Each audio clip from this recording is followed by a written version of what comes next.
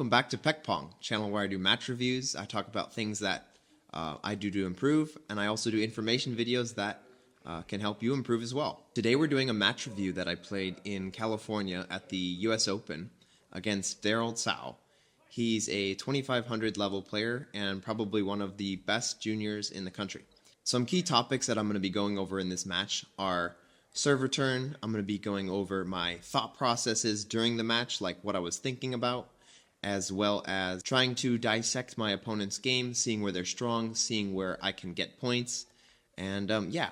So stick around at the end of the match. I am doing a little information video about how to receive serves better, like a really good method to receive side spin serves, both forehand and backhand, against forehand pendulum serves and backhand pendulum serves. Alright, so let's break down his game a little bit. I would say he's a pretty balanced player, both forehand and backhand. Serve receives are pretty good. I would say that some things that really surprised me of how good they was his forehand transition counter loop. So even when I kind of felt like I got him surprised, he was able to make a really good forehand counter loop. And that's also one of his strengths, is his forehand. I really don't remember him missing too many forehands during the match.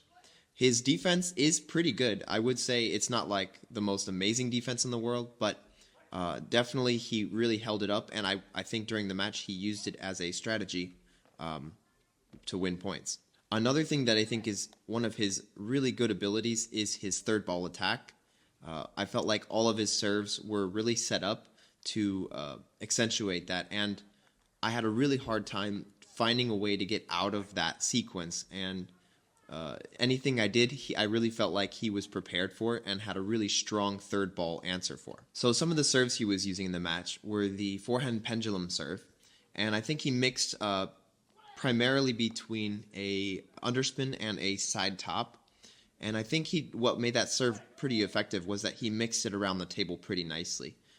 So I never really knew exactly where it was going to go, and he always had like I said, a really nice follow-up after my receive. The second serve he was using was his reverse serve, and again, he was mixing it up pretty nicely around the table. So sometimes he went short to my forehand. Typically he did the side spin, side top, trying to make me make a bad push so he can come in over the table. And sometimes he did a kind of long serve, or not long, but medium long serve to my backhand, and it was typically an underspin. Kind of a little funny side note about that serve was that the first time I saw it, I missed it directly in the net, and I thought in my head I couldn't read the serve. Like I thought it was a topspin or like a side spin, and I just remembered that for the next time because I thought, okay, he's probably going to do the same serve.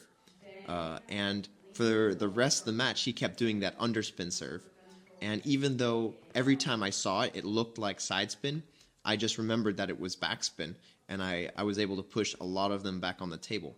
I think in the last game, he did one side spin, and I pushed it pretty high, and he finished the ball. So it's a give and take, but for not being able to read the serve, I think I did pretty well not being able to read the serve and getting them all back in a good fashion just by using my memory. So that's something you can try to do sometimes, depends on the opponent. But in this case, I felt like if I can't read that serve, it must be the backspin one. So some serves that I was using during this match, I really was pretty much all over the map with my serves. I did quite a few long serves with my forehand pendulum serve, and I felt like those did me pretty well. I was able to make a lot of good counterattacks off his weak returns, so I picked up quite a few points that way.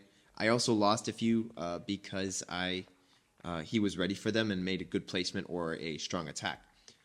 Secondly, I mixed up between underspin and dead, and again, sometimes I made some good points over the table because on the dead serve, maybe he popped it up, and on the underspin, sometimes he gave me the first opening. With my backhand serve, I was mixing it up between short to the forehand with the underspin and the side top. I've been having a lot of success with the side under because most of the time when players go short to the forehand, they do the side spin, and they pretty much only do side spin. So every now and then when I throw in an underspin in their side under, my opponents sometimes miss this ball because they're so used to the side spins. And when I was doing my long backhand serve to their backhand, to his backhand, He did such a good job this match of attacking it, and then also when he was caught off guard, he was able to make a nice chisel and keep the ball kind of short. So this was definitely a strength of his that a lot of players I play don't really have, and it really took away that serve from me because I was hoping I could get a nice attack in, but it was kind of short. So one of the key factors in this match was the speed at which he was playing, and what I mean by that is the pressure. He was very quick off the ball, made really strong counterattacks, made very good openings. His return game was pretty solid, and most of the time I felt pretty pressured. And when I felt pressured during this match, I wasn't able to think clearly through points and make good tactics during the point, make good placements, because I felt like I was just trying to get the ball back and maybe stay alive. So definitely for him to be able to put that pressure on me and have me not be able to feel so comfortable was a key factor in this match.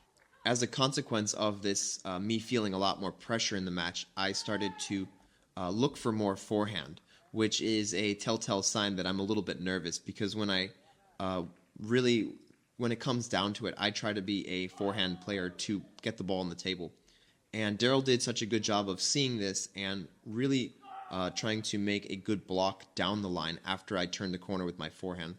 And then he would really open up the table as I would have to kind of back off. And he won a lot of points like this as the match progressed.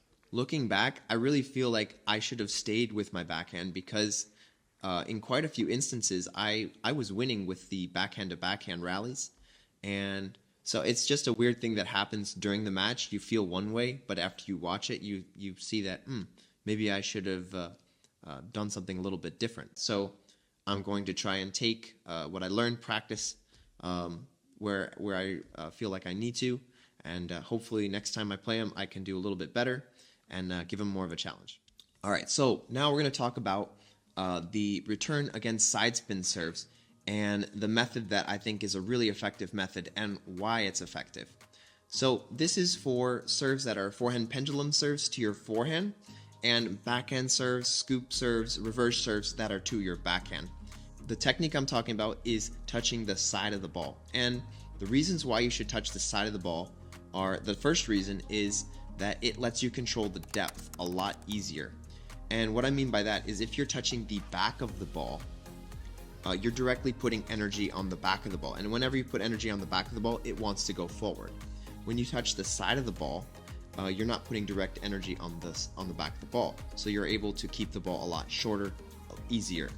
I will say that when it is a side top spin, if you come in with your racket on the side of the ball, you probably do need to go a little bit down. You can't just touch the ball and keep it low. It does kind of want to go up. So a little bit of a downward movement on the side of the ball is helpful to keep the ball low when they give you a side top spin.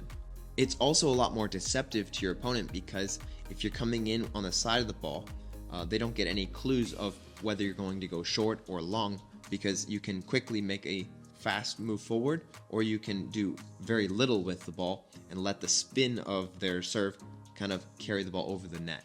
And because you're going against the spin, when you decide to go long, it really bites into the rubber and shoots out very quickly. So you're able to make an aggressive push with this because of how it's against the spin.